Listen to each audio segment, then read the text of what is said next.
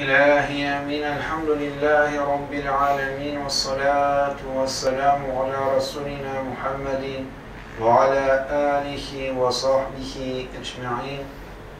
اللهم اجعل القرآن لنا في الدنيا قرينا، وفي القبر منسا، وفي القيامة شفيعا، وعلى صراط نورا، وفي الجنات رفيقا، ومن النار سترا وحجابا، وإلى الخيرات كلها دليلا وإماما.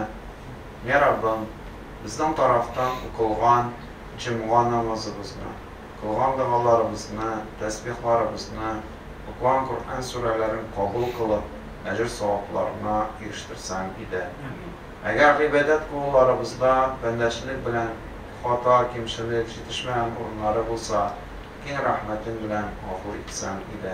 Ya Rabbim, hazırki minutta okulan Kur'an'dan bulgan ecir savapların Süyüklü Peygamberimiz Muhammed Aleyhisselam, barlık peygamberler, enbiyelerin ruhlarına, bizden, mahallemizden devam etkan, ailemizden devam etkan, biz huzuruna iman ile düşken Müslüman kardeşlerimizin ruhlarına da eriştirip, ruhlarını şad kılıp, kabirlerin nuruna eylesen idi.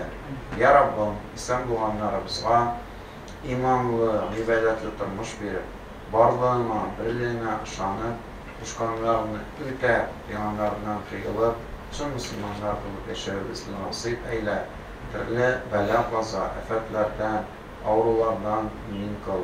Aldığımızda durgan Aşura günün, Muharrem ayların bereketli etsen idi. Şulay ya Rabbim Allah'ım, birinci günden bu yılı başlana, hayırlı bu yılları bulup, bağlarımızga, sünetlarga faydalı bilimler alıp, dinimizini, milletimizni kuvvetlenişler bulurlarını nasip etsen idi.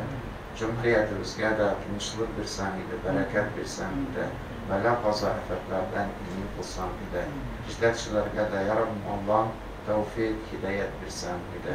Bir rahmetike erhamer rahimin. Allah Teala kabul etsin. Amin. Cemaat-ı Bismillahirrahmanirrahim.